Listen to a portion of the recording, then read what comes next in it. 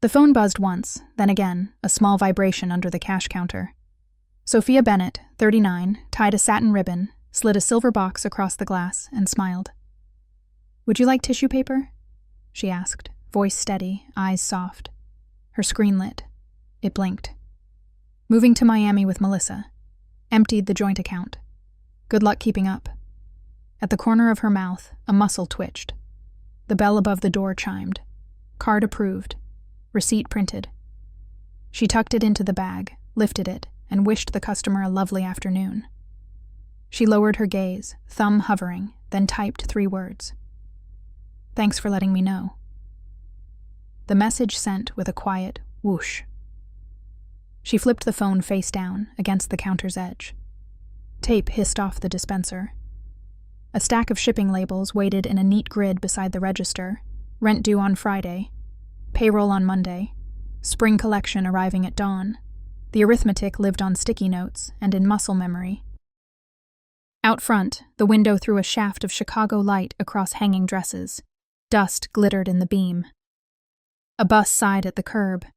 Someone laughed outside, brief, like a door closing. Sophia moved with the rhythm she trusted. Fold, press, seal.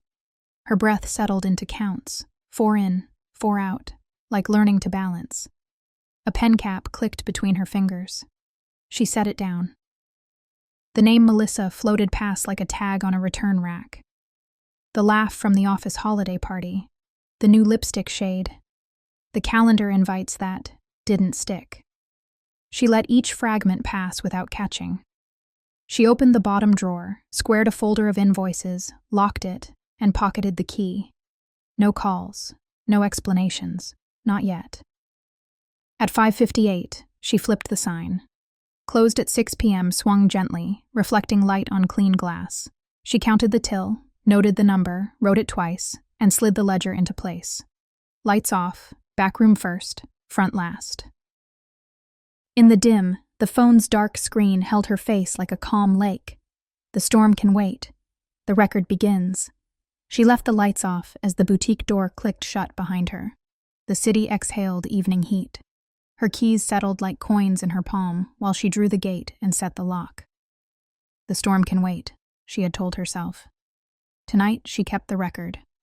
She would keep it clean, accurate, and complete. She walked home without calling anyone. No tears, no speeches, just the percussion of heels on concrete and the measured breath she had practiced at the counter.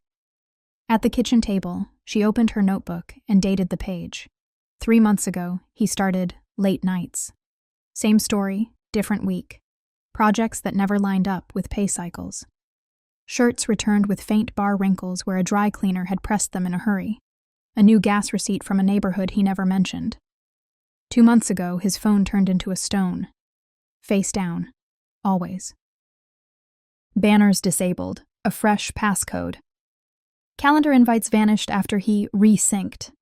She met a smiling emoji next to a meeting called Team Touchpoint and read nothing more. Then the gym phase. New trainers, fitted shirts, a bottle of cologne with a hotel bar finish. He said, "Investing in myself." She found a pale makeup smear on a collar one dawn and gave the washing machine her silence. She wrote what she knew, not what she felt. Dates, times, amounts. She listed small dinners that landed on the card after 10, mileage that floated over the usual commute, and the night he came home humming a song from the office holiday party.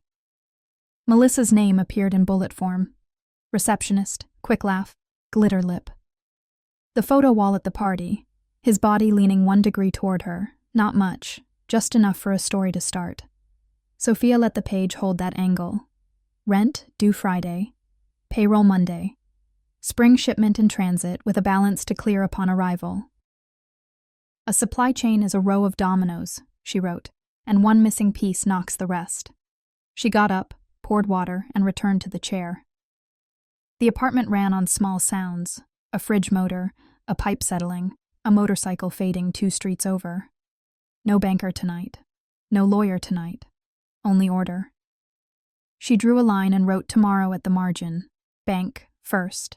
Statements, screenshots, secure copies. then a call to the attorney she had bookmarked months ago. In the space below, she printed one sentence: "I will act without noise." She capped the pen, aligned it to the notebook's spine, and closed the cover. The phone lay face down, black and blank, like a pond before wind. She let it be. The storm could wait. The record had begun. Morning arrived like a checklist she had already drafted on the margin of last night's page. She ate toast, standing up, locked the boutique float in a pouch. Then she walked to the bank with the steadiness of someone following tape on a stage. "Print the last 90 days, please," she said. "Transfers, alerts, all of it. Stamped and signed." The clerk obliged, eyes flicking at the line of transactions like runway lights. Sophia noted the window number, the timestamp, the ticket code. Paper copies slid into a manila folder. PDFs hit a clean thumb drive she labeled Bank 0900. Copies for counsel, too. Outside, she sat on a bench and photographed each page number in frame. Her voice memo named and dated. Statement set 1, verified. Screenshots of the text thread joined the cache. She saved everything twice, Cloud and Drive, then wrote a 2-sentence log summarizing what each file contained. At home, she opened a shallow storage box. Gas receipts, restaurant slips, dry clean tickets with faint lipstick ghosts in the notes field. She sealed them into individual envelopes, signed across the flaps, and wrote, "Possible Melissa link," when relevant. The caller photo went on top, time-stamped, a snapshot of silence doing work. By noon, she sat across from the attorney she had bookmarked. Vivian listened without interruption, hands folded, eyes precise. "Emergency relief first," Vivian said. "Freeze orders on anything joint, immediate accounting, preservation of business assets. House remains separate by deed. Boutique records stay pristine. You gather. I file and schedule." Sophia nodded and slid the folders across like trays to a surgeon. The boutique's lifeblood needed a tourniquet. She phoned suppliers, polite and exact. "Confirm by email that we can push payment 3 to 5 days. They agreed, contracts referenced, goodwill banked. She moved the previous day's cash to the new account and prepped payroll at minimums, memoed. On time as usual. Back at her desk, she locked the doors of her digital house. New passwords. 2-factor on everything. Unknown devices revoked. A fresh email for legal matters only. Phone biometrics tightened, previews silenced, backups encrypted and verified. The rules of talking were rewritten. No fights by text. If he messaged, she replied with acknowledgments only, letting the log build its clean spine. Family inquiries met soft boundaries. When his mother called, Sophia recorded the voicemail and stored it under Family 01. At dusk, Vivian's email landed like a gavel tap. Bank cooperation confirmed. Temporary freeze in motion. A court slot reserved for the first available morning. Sophia labeled 2 binders. Court, Week 1, aligned their tabs, and stood in the doorway of her quiet living room. "Tomorrow," she said to the room, "we test the system." She started with the plastic rectangle that had paid for their future in Miami. "Fraud department, please." Her voice was calm, clipped. Flight numbers, hotel confirmation, timestamps. She read them out, twice. "Remove him as an authorized user. Send an email with the case number and the agent name." The line clicked, the rep complied. Sophia pressed record per state law, saved the call, and took a screenshot of the confirmation the moment it landed. His messages arrived in a spatter. "What did you do to the card? Why are the tickets invalid? You're pathetic." She answered once. Received. Screenshots, labeled by minute, slid into the folder named Messages 01. Nothing else left her phone. Vivian moved in parallel. Emergency motions filed. Preserve the joint pool, protect business assets, demand immediate accounting. A clerk's reply confirmed a hearing window. The email's header was captured and stored. Certified letters went out to his last known addresses, the motel included. A process server shook her hand at the boutique door. Photo, height, the jacket he favored when he wanted to look expensive. Try evenings. He hates mornings. Sophia said. She initialed the service order, requested a proof of service with photo, and sent a backup copy of the pleadings by certified mail. Normalcy became theater with purpose. Open sign at 10. Inventory check. Timesheets verified. She queued invoices, answered customer emails, and let no gossip find purchase on the sales floor. Camera LEDs blinked a steady heartbeat above the register. At lunch, she assembled the spine of the counter-strike. Bank confirmations, card case logs, clerk emails, message captures. Tabs read, bank, card, court, messages. Each packet got a 2-line abstract. Who, what, when. Cloud and encrypted USB matched byte for byte. Near 4, the screen lit again. The boarding pass won't scan. Hotel says you canceled. Answer me. The stacker printer chuffed out shipping labels. Tissue paper whispered against boxed dresses. She packed, sealed, and weighed while 3 missed calls stacked like dull coins. She never left the counter. She never raised her voice. She let the system do its work. At dusk, the process server texted a selfie with a familiar blazer blurred over his shoulder. Service complete. 6:12 p.m. Motel lobby. Sophia forwarded the image to Vivian and filed it under Court Week 1. The boutique's bell chimed. A customer left with a glossy bag and a smile. Then the phone rang with a name she expected. His mother. Her first words were a storm. "What did you do to his travel? Do you realize?" Sophia opened the recorder and let the wind blow into the bottle. "Please repeat that," she said. The door clicked shut on the quiet shop, and the record held steady. The call was recording when his mother's storm blew through the line. "What did you do to his travel? You humiliated him." Sophia kept her tone level. "Please repeat that, slowly." Each phrase landed for the log. "You canceled the hotel. You've shamed our family." "Noted," Sophia said. "Anything else you'd like to clarify?" A gasp, a huff, a click. She saved the file as Family Arrow 2 call and wrote the time in the margin. The tide moved to the family group chat. His sister posted a long caption with laughing emojis. Sophia, controlling, selfish, jealous. Screenshot of a motel sign turned into a meme. Sophia captured the entire thread, frame by frame. Timestamps, usernames. She tagged the folder, defamation review, and sent a copy to Vivian. No replies to the group. No fuel. Friends reached out in private. "Is it true he's stuck at a motel? The tickets were canceled?" "True," Sophia wrote, "and I'll discuss details through counsel." At the office, whispers traveled faster than email. Miami, receptionist, midlife shine. A coworker reported the story reached the break room. Sophia logged who said what and when with a clean dot list. The boutique stayed her shield. She greeted customers, wrapped gifts, and kept the counter bright. No confessions behind the register, no rolling eyes. The receipt printer sang its steady tune. On a lunch receipt, someone scrawled, "We've got you." She tucked it beneath the till and returned to work. In the evening, she packaged rumor into evidence. Email to Vivian, recordings attached, group thread captures, a short summary of sources. Vivian replied with options. "Cease and desist if they keep publishing false claims. We'll hold it until useful." They began a witness list. Friends, the co-worker, the motel clerk, if needed. Binder updated. Court. Week 1, tab social. Another call from his mother, softer now. "I'm worried about him," she said. "You've gone too far." "I've documented events," Sophia replied, "and I will follow the court's orders." She saved the voicemail as Family UD03 and turned off previews again. Boundaries hold because they are practiced. She rationed attention like cash flow. Messages checked at set hours only. No midnight scrolls, no doom spirals.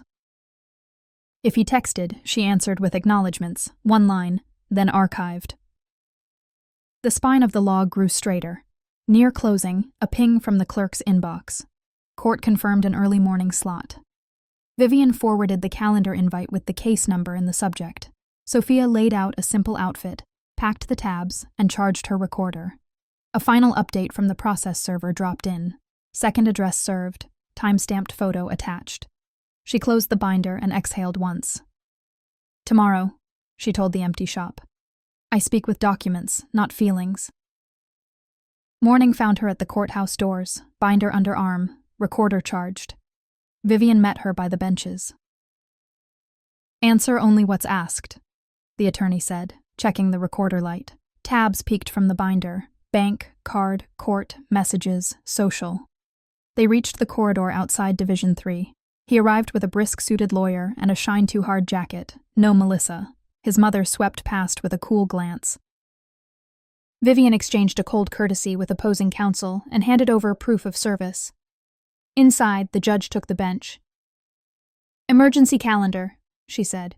"We will address preservation of assets, use of the residence, and protection of business property." A clerk confirmed dates and filings.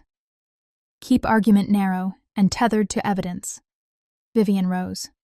"Joint funds were emptied on this date," she said, submitting stamped bank statements. "Shared credit financed flights and a hotel," she continued, adding the card logs and cancellation confirmations. "Here are the served notices and the message thread in which Mr. Bennett admits the withdrawal." Each exhibit slid forward, each tab matched the list. Sophia answered cleanly when asked. "Yes, those are my records. Yes, the boutique is incorporated in my name. Yes, the house was inherited and deeded solely to me." Opposing counsel stood. "Impulsive, not malicious," he argued.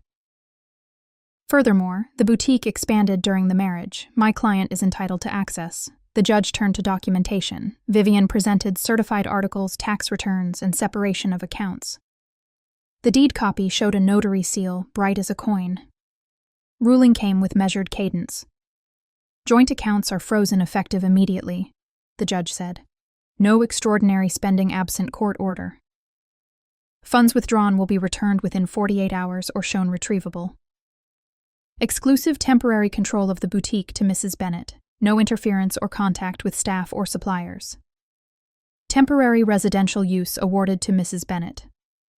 Forensic accounting is ordered. Compliance dates are set forth in the minute order." The clerk distributed copies.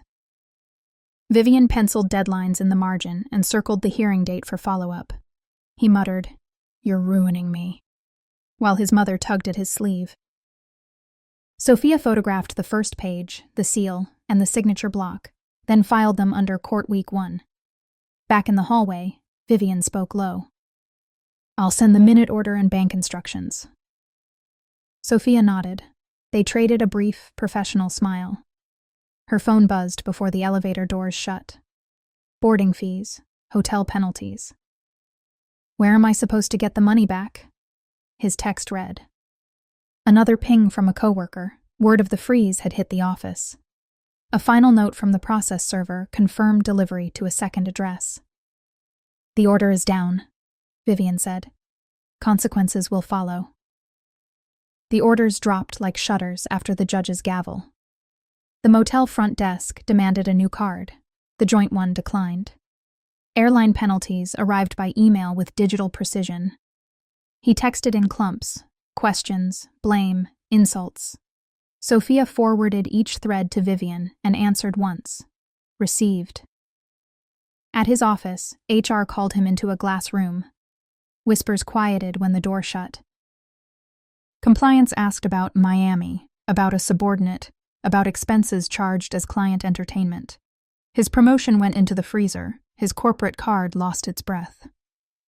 A manager collected his access badge and handed him a lanyard with visitor read. Cash flow collapsed next. A teller shook her head at the branch window. ATM denied. Credit maxed. A collector left a voicemail in a monotone that didn't know his history. He pinged old friends for a bridge loan. They ghosted. Back at the motel, Melissa argued by the ice machine.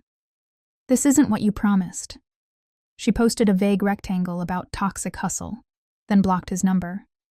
By sunset, her suitcase rolled over cracked asphalt toward a rideshare. The freeze order radiated through his days. A tow truck hooked his car for unpaid fees. A neighbor's phone captured the lift. The clip took a lap through the family chat and returned to Sophia as evidence. He moved into his childhood room, trophy shelves, a poster curling at the edges, his mother making tea with the clink of old spoons. He tried shortcuts. A crypto app blinked green, then red, then empty. A private equity mastermind telegram took a fee and disappeared. He texted Sophia, bargaining. "Let's settle. I'll pay monthly." She forwarded the message to counsel and wrote nothing back. The week spooled out as a split screen. He waited in lines. Bank, DMV, HR, lips pressed thin, shoulders slumped. He argued with a motel clerk over incidentals. He walked circles outside on calls that solved nothing. Sophia unlocked the boutique at 10, counted the till, set the diffuser. Shipments arrived. She signed, scanned, shelved. Labels kissed cardboard. A customer laughed and left with a silver bag. Order hummed, small and sturdy, like a machine that chose to be kind. Near closing on Thursday, his last flare sputtered. "You win," his text read. "Happy?" No reply. She archived it. An hour later, the boutique inbox chimed. A regional retailer asked about wholesale. "We followed your brand," the buyer wrote. "Are you open to a pilot?" Sophia copied the thread into a new folder. Growth 01. She posted a weekend shift opening, booked interviews, updated her supplier forecast, and sent a thank you note to Vivian. Tomorrow she would build. He would continue to fall. Morning began with the subject line she'd starred the night before. Wholesale pilot inquiry. She opened the thread, created a folder, Growth 01, and dragged it inside. Coffee dripped. The boutique lights rose. The till counted evenly. Her phone stayed face down at the desk edge. She carefully drafted terms before sentiment could intrude. Minimum order quantities, introductory discount bans, delivery windows, returns policy. A call with the buyer confirmed a trial lot, deposit at 30%, delivery in 21 days. She requested a short NDA and brand integrity language. She recorded the call, sent a recap email, and saved both to the folder. Next came people. She posted a weekend shift opening, interviewed between customers, and hired 2 steady hands. She wrote a 2-page SOP, boxing, labeling, verifying weights, handling returns. Checklist cards went up behind the counter. She filmed a quick training video and uploaded it to a private link. Community moved in parallel.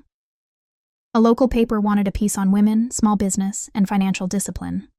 She answered every question without referencing him. On social, she posted a quiet thank you to customers, tagged recent user photos with permission, and announced a donation bin for the shelter. Thank you cards slid into each order, small rectangles of grace. Numbers required clarity. She opened Forecast Q2 and mapped 8 weeks of inflows and purchase points. A 6-week payroll reserve took its place in a dedicated sub-account. Bank alerts went live for unusual activity. Old access routes were audited and revoked. Her accountant received the calendar for the court-ordered forensic review. Digital storefront, freshly refreshed. New landing for the pilot line, a trimmed lookbook, and a sign-up code for a newsletter, Welcome.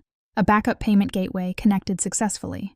She scheduled posts on a 4-3-2 rhythm, feed, stories, reels, for the next 2 weeks. The web dashboard blinked tidy green checks. Discipline framed the day. 90 minutes of morning deep work with notifications off.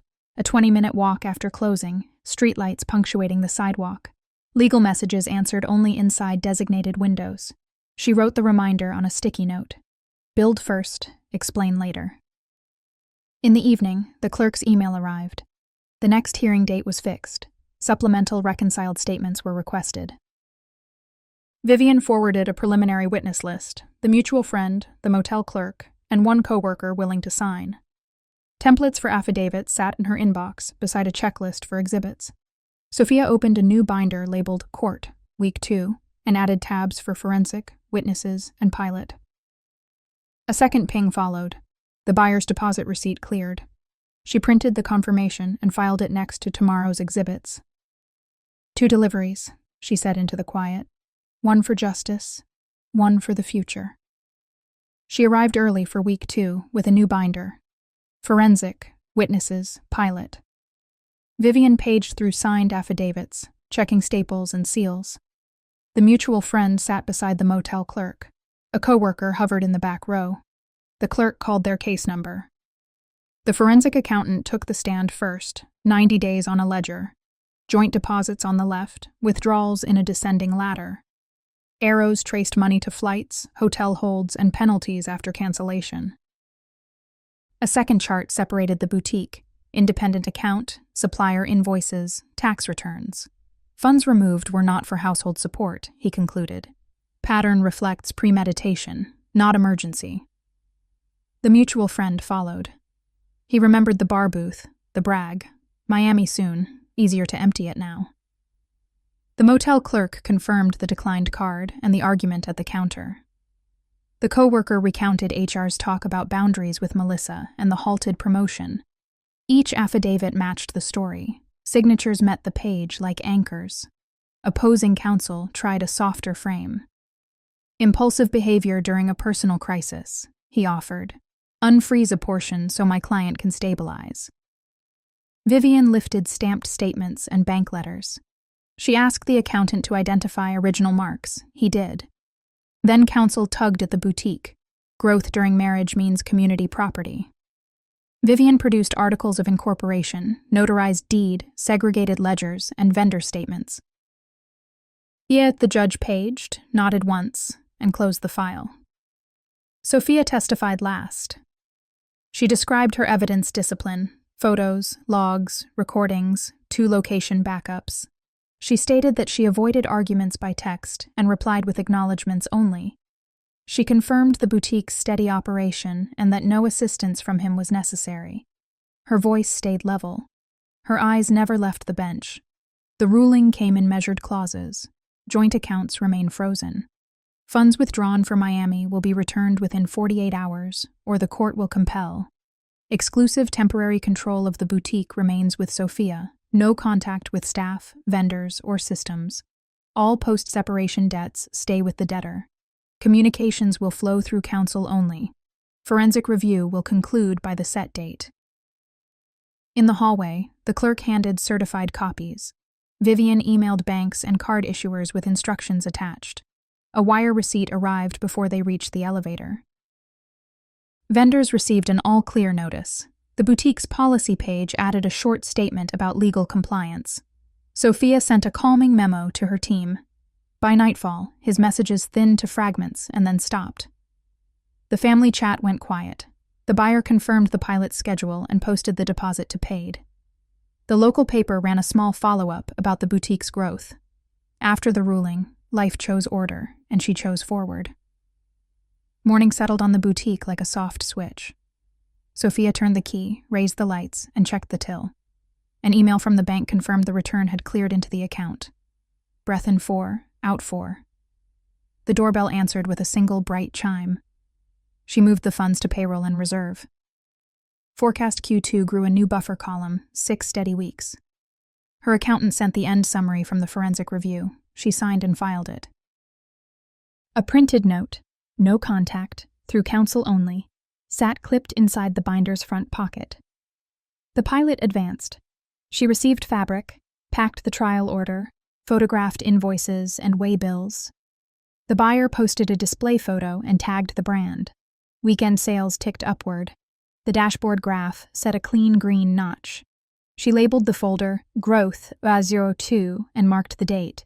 Community closed the circle without fanfare.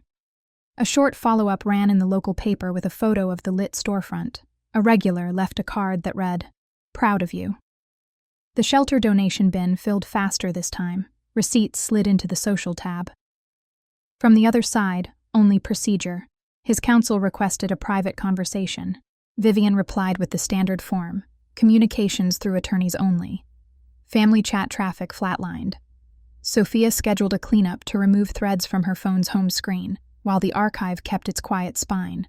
A new ordinary settled by design. Morning. Deep work, same window. Evening walks along the block, the city's rhythm kind again. Coffee with the 2 hires. SOP expectations reviewed, laughs tucked between tasks. New shelves ordered, a pilot placard taped to blue painter's tape. Suppliers who extended terms received handwritten thanks. She honored closure with 2 gestures. A certified copy of the court order went into a frame above her desk. A storage box swallowed old photos and artifacts.